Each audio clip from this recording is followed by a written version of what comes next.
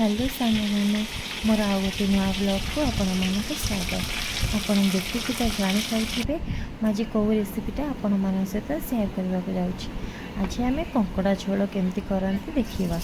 Fast कड़े मु सोरिष तेल टे पकई से चीनी टे पकईदेली और चीनीटा को तेल सह भलसे मेल्ट हाँपाई किसी समय छाड़देली।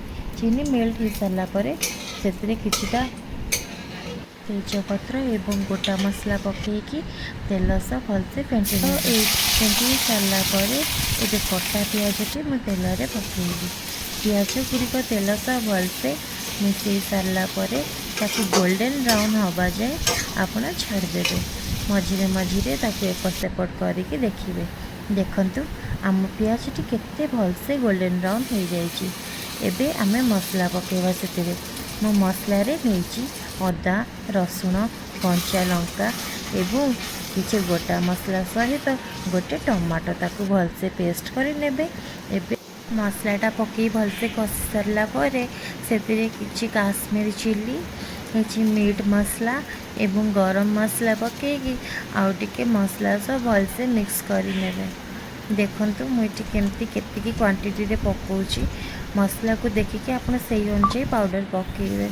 देखंतु पकई सारापर ताको भलसे आमे मिक्स करनबा एवं ताको छाड़ीदबा।